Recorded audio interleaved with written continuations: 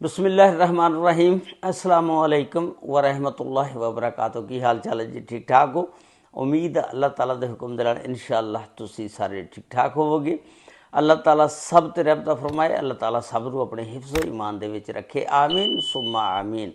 अज दे vlog दे विच मैं तुहाडे नाल एक यूके दी नौजवान लड़की बरतानिया तो जदों पाकिस्तान दे विच सैलाब आया सी मदद करने वास्ते लोगों की गरीबां की पाकिस्तान आंदी आ, तो जिस वेले पाकिस्तान आंदी आ तो उन्होंने आंदी नूं पकड़ लिया गया और उन्होंने कैद कर लिया गया और उहदे सारे जो भी चीज़ां लैके आई सी समान वगैरह खोलिया तो उहदी मुकम्मल तफसीलात कि ये वाक़या किस तरह पेश आया और कौन सी बंदे जिन्हों ने उन्होंने कैद कर लिया, ਉਹਦੀ ਮੁਕੰਮਲ ਤਫਸੀਲਾਤ ਅੱਜ ਦੀ ਇਸ ਵੀਡੀਓ ਦੇ ਵਿੱਚ ਮੈਂ ਤੁਹਾਡੇ ਨਾਲ ਸ਼ੇਅਰ ਕਰਾਂਗਾ।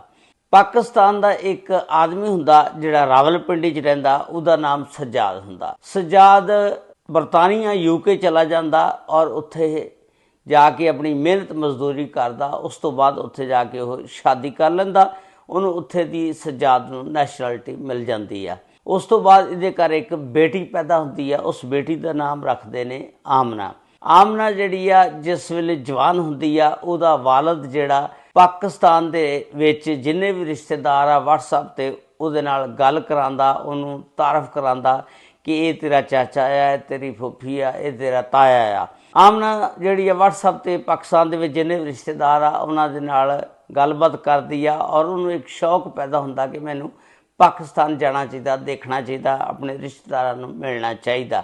ਆਮਨਾ ਦਾ ਜਿਹੜਾ ਵਾਲਦ ਸੀ, ਆਮਨਾ ਜਦੋਂ 17-18 ਸਾਲ ਦੀ ਹੋਈ ਤੇ ਇਹਦੇ ਵਾਲदैन ਜਿਹੜੇ ਸੀ ਨਾ ਰੋਡ ਐਕਸੀਡੈਂਟ ਦੇ ਵਿੱਚ ਫੌਤ ਹੋ ਜਾਂਦੇ ਨੇ। ਹੁਣ ਆਮਨਾ ਜਿਹੜੀ ਆ ਇਕੱਲੀ ਰਹਿ ਜਾਂਦੀ ਆ। ਆਮਨਾ ਦੇ ਪਿਓ ਦੀ ਇੱਕ ਦੁਕਾਨ ਹੁੰਦੀ ਆ, ਪੀਜ਼ਾ ਸ਼ਵਾਰਮਾ ਫੂਡ ਸ਼ਾਪ, ਯਾਨੀ ਕਹਿ ਲਓ ਕਿ ਉਹ ਦੁਕਾਨ ਹੁੰਦੀ ਆ। ਉਸ ਤੋਂ ਬਾਅਦ ਇਹ ਸਾਰੀ ਦੁਕਾਨ ਦੀ ਜ਼ਿੰਮੇਵਾਰੀ ਇਹਦੇ ਉੱਤੇ ਆ ਜਾਂਦੀ ਹੈ। ਕਹਿੰਦੀ ਕਿ ਚਲੋ ਕਾਰੋਬਾਰ ਨੂੰ ਅੱਗੇ ਵਧਾਓ।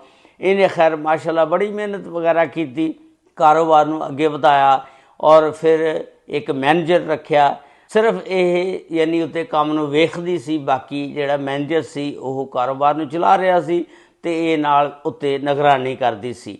ਇਹਨੇ ਚੰਗਾ ਮਾਲ ਪਾਣੀ ਪੈਸਾ ਇਕੱਠਾ ਕੀਤਾ, ਯਾਨੀ ਚੰਗੀ ਅਮੀਰ ਸੀ, ਅਮੀਰ ਖਾਨਦਾਨ ਸੀ। ਅਤੇ ਉਸ ਤੋਂ ਬਾਅਦ ਇਹਨੂੰ ਸ਼ੌਕ ਸੀ, ਮਦਰਸੇ ਜਾਂਦੀ ਹੁੰਦੀ ਸੀ ਔਰ ਕੁਰਾਨ ਮਜੀਦ ਦੀ ਤਾਲੀਮ ਹਾਸਲ ਕਰਦੀ ਸੀ। ਇੱਕ ਦਿਨ ਉੱਥੇ ਬੈਠੇ ਮੌਲਵੀ ਸਾਹਿਬ ਔਰ ਚੰਦ ਬੰਦੇ ਬੈਠੇ ਸੀ ਅਤੇ ਗੱਲਾਂ ਕਰ ਰਹੇ ਸੀ ਕਿ ਪਾਕਿਸਤਾਨ ਦੇ ਵਿੱਚ ਅੱਜ ਕੱਲ੍ਹ ਸੈਲਾਬ ਆਇਆ ਹੋਇਆ ਔਰ ਬੜੀ ਮੁਸ਼ਕਿਲ ਦੇ ਵਿੱਚ ਉਹ ਫਸੇ ਹੋਏ ਨੇ ਅਤੇ ਸਾਡੇ ਜਿਹੜੇ ਯੂਕੇ ਬਰਤਾਨੀਆ ਦੇ ਲੋਕ ਆ ਉਹਨਾਂ ਨੂੰ ਵੀ ਜਾ ਕੇ ਚਾਹੀਦਾ ਉੱਥੇ ਜਾਣ ਅਤੇ ਉਹਨਾਂ ਦੀ ਮਦਦ ਕਰਨ। ਉੱਥੇ ਦੀ ਹਕੂਮਤ ਮਦਦ ਕਰ ਰਹੀ ਆ, ਲੇਕਿਨ ਸਾਡੇ ਲੋਕਾਂ ਨੂੰ ਵੀ ਯੂਕੇ ਦੇ ਬਰਤਾਨੀਆ ਦੇ ਲੋਕਾਂ ਨੂੰ ਵੀ ਉੱਥੇ ਪਾਕਿਸਤਾਨ ਜਾ ਕੇ ਉਹਨਾਂ ਦੀ ਮਦਦ ਕਰਨੀ ਚਾਹੀਦੀ ਆ।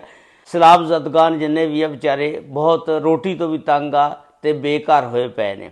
ਇਹਦੇ ਦਿਲ ਦੇ ਵਿੱਚ ਵੀ ਸ਼ੌਕ ਪੈਦਾ ਹੋਇਆ ਕਿ ਮੈਂ ਪਾਕਿਸਤਾਨ ਜਾਵਾਂ ਅਤੇ ਉਹਨਾਂ ਦੀ ਮਦਦ ਕਰਾਂ।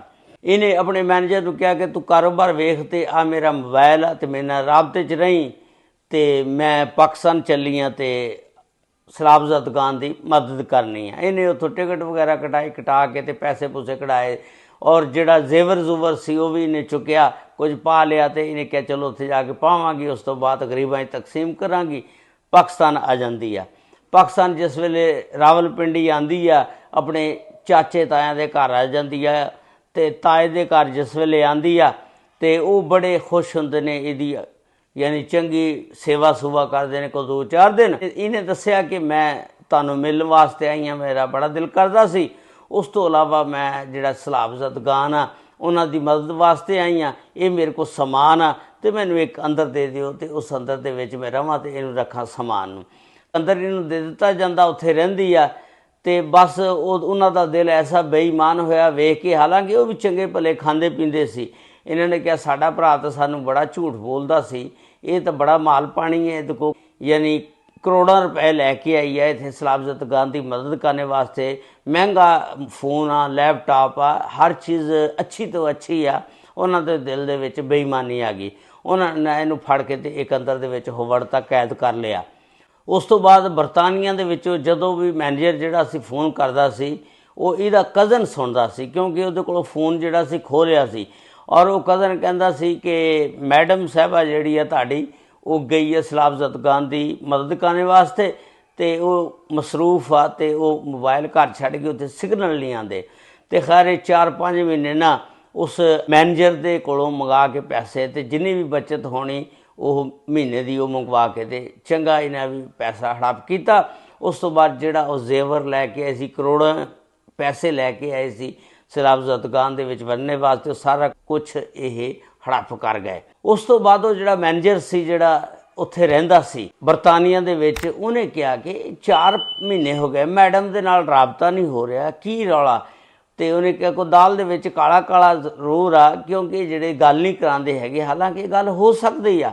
ਉਹਨੇ ਨਾ ਉੱਥੇ UK ਦੀ ਜਿਹੜੀ ਐਮਬੈਸੀ ਸੀ ਉੱਥੇ ਉਸ ਮੈਨੇਜਰ ਨੇ ਰਾਬਤਾ ਕੀਤਾ ਔਰ ਉਹਨੂੰ ਦੱਸਿਆ ਐਮਬੈਸੀ ਦੇ ਵਿੱਚ ਕਿ ਇਸ ਤਰ੍ਹਾਂ ਇੱਕ ਸਾਡੀ ਬਰਤਾਨੀਆ ਦੀ ਜਿਹੜੀ ਲੜਕੀ ਸ਼ਹਿਰੀਅਤ ਰੱਖਦੀ, ਪਾਸਪੋਰਟ ਉਹਦੇ ਕੋਲ ਇੱਥੇ ਦਾ, ਤੇ ਪਾਕਿਸਤਾਨ ਗਈ ਆ ਜੇ 4 ਮਹੀਨੇ ਹੋ ਗਏ 5, ਤੇ ਉਹ ਨਹੀਂ ਪਤਾ ਲੱਗ ਰਿਹਾ ਕਿੱਥੇ ਆ, ਤੇ ਉਹਦਾ ਪਤਾ ਕਰਵਾਓ, ਸਾਨੂੰ ਸ਼ੱਕ ਆ ਕਿ ਉਹਨੂੰ ਕੁਝ ਕਰ ਨਾ ਦਿੱਤਾ ਹੋਵੇ।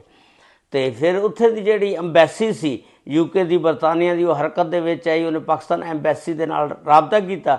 ਪਾਕਿਸਤਾਨ ਐਮਬੈਸੀ ਤੁਹਾਨੂੰ ਪਤਾ ਜਦੋਂ ਫਿਰ ਬਾਹਰ ਦੇ ਜਦੋਂ ਤਫਤੀਸ਼ ਕਰਦੇ ਨੇ ਇਹ ਵੀ ਹਰਕਤ ਦੇ ਵਿੱਚ ਆ ਜਾਂਦੀ ਆ। ਇਹਨਾਂ ਨੇ ਫਿਰ ਹਰਕਤ ਦੇ ਵਿੱਚ ਜਿਸ ਵੇਲੇ ਇੱਥੇ ਦੀ ਐਮਬੈਸੀ ਆਈ ਤੇ ਇਹਨਾਂ ਨੇ ਫਿਰ ਉਹਦੀ ਟੋਹ ਕੱਢੀ, ਤੇ ਜਿਸ ਵੇਲੇ ਪਤਾ ਲੱਗਾ ਕਿ ਉਹ ਇੱਥੇ ਕੈਦ ਕੀਤੀ ਹੋਈ ਆ ਉਹਦੇ ਚਾਚੇ ਤਾਇਆਂ ਨੇ, ਰਿਸ਼ਤੇਦਾਰਾਂ ਨੇ, ਫੁੱਫੋ ਨੇ, ਤੇ ਉੱਥੋਂ ਉਹਨੂੰ ਬਾਜ਼ੀਆਬ ਕਰਾਇਆ, ਉਹਨੂੰ ਕਢਾ ਕੇ ਤੇ ਫਿਰ ਉਹ ਜਿਹੜੀ ਲੜਕੀ ਸੀ ਆਮਨਾ ਉਹ ਵਾਪਸ ਬਰਤਾਨੀਆ UK ਚਲੇ ਜਾਂਦੀ ਆ। ਫਿਰ ਉਸ ਔਰਤ ਨੂੰ ਆਪਣੇ ਰਿਸ਼ਤੇਦਾਰਾਂ ਦਾ ਚਿਹਰਾ ਜਿਹੜਾ ਸੀ ਆਮਨਾ ਨੂੰ ਸਾਹਮਣੇ ਆ ਗਿਆ ਔਰ ਉਹਨੇ ਉਸ ਤੋਂ ਬਾਅਦ ਫੈਸਲਾ ਕੀਤਾ ਕਿ ਅੱਜ ਤੋਂ ਬਾਅਦ ਮੈਂ ਪਾਕਿਸਤਾਨ ਨਹੀਂ ਜਾਵਾਂਗੀ। ਉਸ ਤੋਂ ਬਾਅਦ ਇਹ ਜਿਸ ਵੇਲੇ ਬਰਤਾਨੀਆ ਵਾਪਸ ਚਲ ਜਾਂਦੀ ਆ, ਉਹ ਜਿਹੜਾ ਹੋਟਲ ਦਾ ਮੈਨੇਜਰ ਸੀ ਇਹਨੇ ਕਿਹਾ ਕਿ ਸਭ ਤੋਂ ਵੱਡਾ ਅਹਿਸਾਨ ਇਹਦਾ ਕਿ ਇਹਨੇ ਮੈਨੂੰ ਇੱਥੋਂ ਕਢਵਾਇਆ, ਅਗਰ ਇਹ ਨਾ ਕਢਵਾਉਂਦਾ, ਅਗਰ ਇਹ ਲਾਲਚੀ ਹੁੰਦਾ, ਮੈਂ ਉੱਧਰ ਮਰ ਮੁੱਕ ਜਾਣਾ ਸੀ ਤੇ ਪਿੱਛੋਂ ਇਹਨੇ ਦੁਕਾਨ ਦੇ ਉੱਤੇ ਜਿਹੜਾ ਮੇਰਾ ਕਾਰੋਬਾਰ ਸੀ ਕਬਜ਼ਾ ਕਰ ਲੈਣਾ ਸੀ। ਲੇਕਿਨ ਇਹ ਬੰਦਾ ਬੜਾ ਇਮਾਨਦਾਰ ਆ। ਇਹ ਆਮਨਾ ਵਾਪਸ ਜਾਂਦੀ ਆ, 27-28 ਸਾਲ ਦੀ ਉਮਰ ਹੁੰਦੀ ਆ, ਤੇ ਉਹਦੇ ਨਾਲ ਜਾ ਕੇ ਤੇ ਸ਼ਾਦੀ ਕਰ ਲੈਂਦੀ ਆ।